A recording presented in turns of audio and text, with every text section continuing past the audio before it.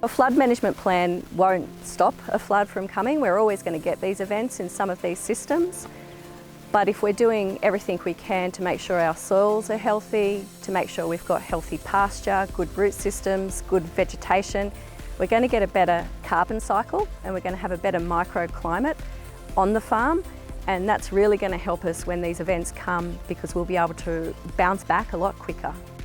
Yeah, we really believe that a flood management plan can be helpful to us so that we can make sure that everyone is safe, our family and friends who are here at the time, and also for our livestock. It's really important for our seed stock business to have our cows, our breeding stock safe. We need to get them to higher ground, and that will be definitely part of our plan.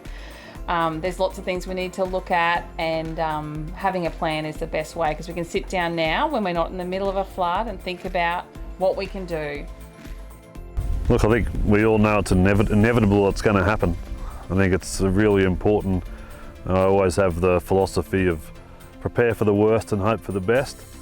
You know, for us growing lucerne here and predominantly on flats, we're trying to mitigate having lucerne away from flats on higher ground. So, you know, when it does flood, we've still got produce to be able to supply to our customers rather than taking everything out that we've got. It's about mitigating risk on farm for future events, and this is where producers are just so good at rebuilding, but looking at what needs to be done going forward when it comes to looking after people, livestock and infrastructure.